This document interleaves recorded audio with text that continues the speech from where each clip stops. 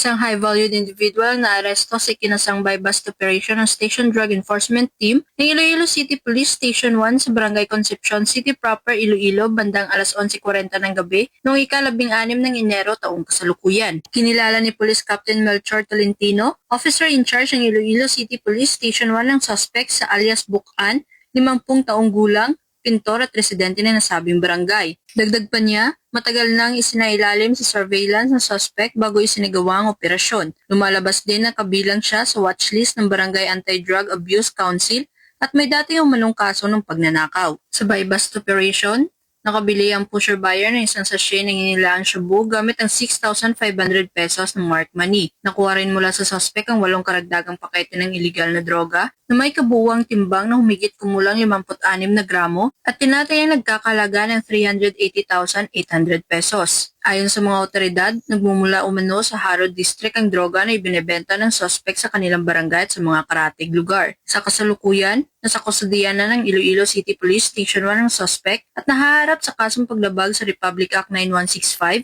o ang Comprehensive Dangerous Drugs Act of 2002.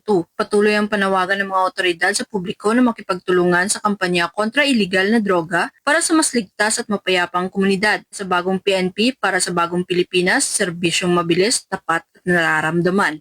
Mula dito sa Police Regional Office 6, ako ang inyong Police News Network Correspondent, Patroluman Ledelin Bansagon, alagad ng batas, tagataguyod ng Balitang Pulis.